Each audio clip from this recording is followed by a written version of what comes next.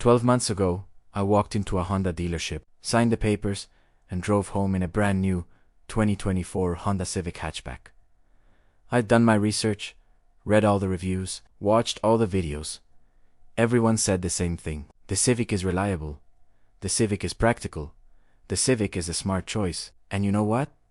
They weren't wrong, but they also weren't telling you the whole story. Because after a year and 14,000 miles, I've learned things about this car that no professional review is going to mention. The good, the bad, and the stuff that genuinely makes me question whether I made the right call. So if you're thinking about buying a Honda Civic, buckle up. This is everything I wish someone had told me before I dropped 32 grand on mine. Let's start with why I bought it in the first place. I needed a reliable daily driver. Something practical. I was cross-shopping the Mazda 3, the Hyundai Elantra, and the Toyota Corolla. Drove them all. The Mazda felt sporty, but cramped. The Elantra had more features, but the interior felt cheap. The Corolla was boring as hell. And then I drove the Civic. It felt planted. Confident, the steering was direct. The shifter, even though it's a CVT, felt smooth. The hatchback gave me way more cargo space than the sedan rivals. And the interior, while minimalist, felt upscale for the price. I was sold. Signed the papers on a sport touring trim. Sonic Grey Pearl.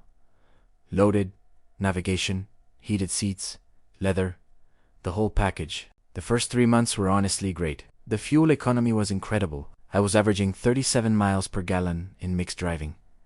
Some highway trips, I hit 42. The handling was sharp. I actually enjoyed driving this thing on back roads. And the practicality. Unmatched, I moved apartments twice. Fit everything I needed in the back with the seats down. Costco runs were easy.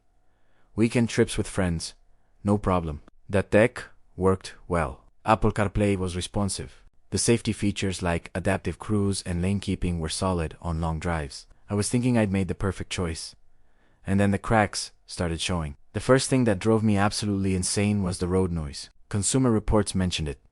A few reviews touched on it, but nobody prepared me for how loud this car is on the highway. I'm talking about constant tie roar, wind noise around the mirrors. Every imperfection in the pavement gets transmitted straight into the cabin. I took a 3-hour highway trip to visit family, and by the time I arrived, I was exhausted. Not from driving, from the noise. I couldn't have a phone conversation without yelling. The person on the other end kept asking me to repeat myself. For a car that costs over 30 grand, this is unacceptable. My old 2015 Accord was quieter than this. Then there are the seats. Oh man, the seats. I'm 6 feet tall. Average build, no back problems. But after about an hour in this car, my lower back starts aching. There's no lumbar adjustment on the Sport Touring. None. A $30,000 car with no adjustable lumbar support. I've read forum posts from people with the same complaint. Some bought lumbar pillows. Others traded the car in after a few months because they couldn't handle it. I've adapted by stopping every 90 minutes on long trips to stretch. But I shouldn't have to do that in a brand new car. The Mazda 3 I test drove had better seats. The Elantra had better seats. Even the Corolla felt more comfortable. And let's talk about the recalls. 3 of them in my first year of ownership. 3. The first was the sticky steering issue. My car would occasionally feel stiff when turning at low speeds. Like the steering wheel didn't want to move. Scared the hell out of me the first time it happened in a parking lot. I called the dealer. They said, "Yeah, we know about it. Bring it in." Took 4 months to get the parts. 4 months of driving a car with a known steering defect. They finally fixed it in June. Problem solved. Right. Wrong. A month later, there's a recall for the high-pressure fuel pump that can crack and leak fuel. A fire risk. Another trip to the dealer. Another week without my car while they replaced the pump. And then in October, another recall for an unsecured driver's seat that could fail in a crash. At this point, I'm checking the NHTSA website every week to see what else Honda screwed up. The wireless charger is also a joke. It only works if the phone is positioned exactly right. I've got an iPhone 14. It's not some obscure Android device. It's literally one of the most common phones on the planet. And it won't charge consistently. I gave up and just use a cable now. The Civic I test drove before buying had the same issue, but I assumed it was just that particular car. Nope. Forum posts everywhere complaining about the same thing. A $50 wireless charger from Amazon works better than the one built into this car. But here's the thing. Despite all of that, I don't actually regret buying the Civic. And that's the weird part. Because on paper, the road noise is terrible.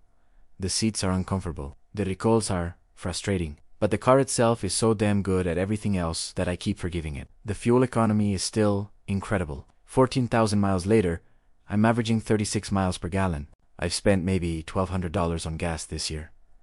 The handling is still sharp, and confidence in the reliability, recalls aside, has been perfect. 0 unscheduled trips to the dealer for mechanical issues. The engine starts every time. The transmission shifts smoothly. The brakes are strong. The tech works. It's been utterly dependable in a way that most modern cars just aren't. And the value proposition is still there. I paid $32,000 for a car that does 90% of what a $45,000 Accord does. It's practical.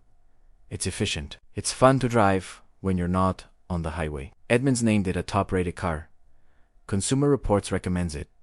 J.D. Power gives it high marks for reliability. And from what I've seen in owner forums, most people who buy Civics keep them for 10 years or more. That's the kind of long-term ownership confidence you just don't get with a lot of other brands. So would I buy it again? Honestly, yeah, but I'd go with the hybrid this time. 20 more horsepower, better fuel economy, and multiple reviews said it's quieter than the regular Civic because of better sound insulation. That would solve my biggest complaint. I'd also budget for a good lumbar pillow and maybe some sound deadening material for the doors. And I'd accept that recalls are just part of modern car ownership. Honda's not the only manufacturer dealing with this. Toyota's had massive recalls. Hyundai's had engine fires. Nobody's perfect. Here's my advice if you're buying one. Test drive it on the highway for at least 30 minutes, not just around town. Get it up to 75 miles per hour and see if the noise bothers you. Sit in the seats for an hour, bring a pillow if you have to.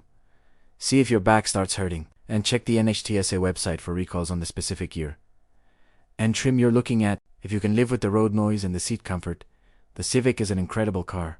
It's reliable, it's efficient, it's practical. It'll last you 200,000 miles if you maintain it. But if you prioritize a quiet cabin and all-day comfort, look at the Mazda 3 or spend a bit more and get an Accord. As for me, I'm keeping mine. 14,000 miles down. Hopefully another 186,000 to go. Drop a comment and let me know if you own a Civic and whether you've had similar experiences. Or if I'm just complaining about nothing. Hit subscribe because I'll be doing a 3-year update on this car to see if my opinion changes. Thanks for watching. Now, if you'll excuse me, I need to go buy another lumbar pillow.